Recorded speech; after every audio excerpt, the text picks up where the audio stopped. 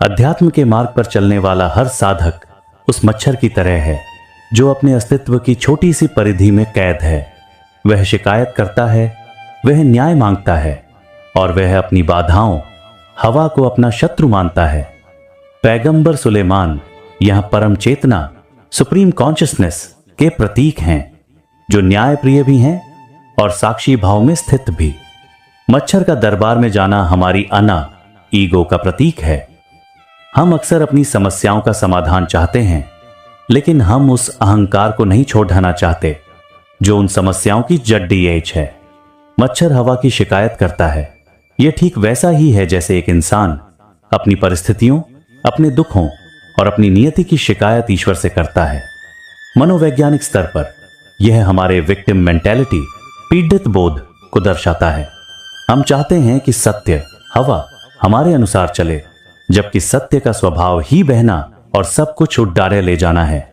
सुलेमान का कथन कि दूसरे पक्ष का होना जरूरी है एक गहरा दार्शनिक संकेत है।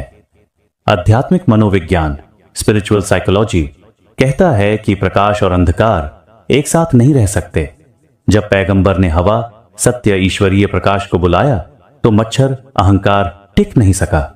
यही जीवन का सबसे बड़ा विरोधाभास है। जब मैं था तब हरि नहीं, अब हरि है मैं नाही।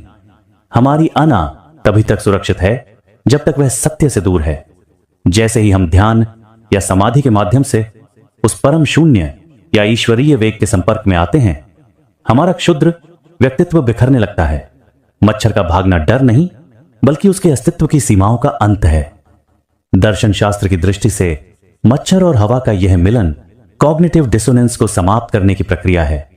मच्छर चाहता था कि उसे न्याय मिले, लेकिन उसे यह आभास नहीं था कि न्याय का अर्थ ही ऐश्वर्य का मिट जाना है।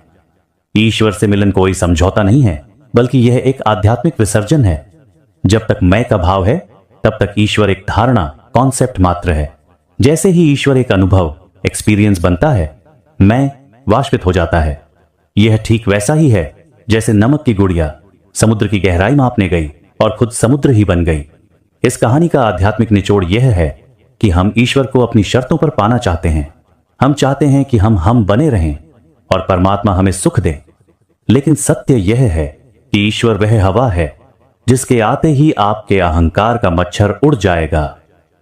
यदि आप वास्तव में न्याय चाहते हैं, शांति चाहते हैं, तो खुद को मिटाने का साहस जुटाएं, क्योंकि जहां आप समाप्त होते हैं, वहीं से अनंत का प्रारंभ होता है।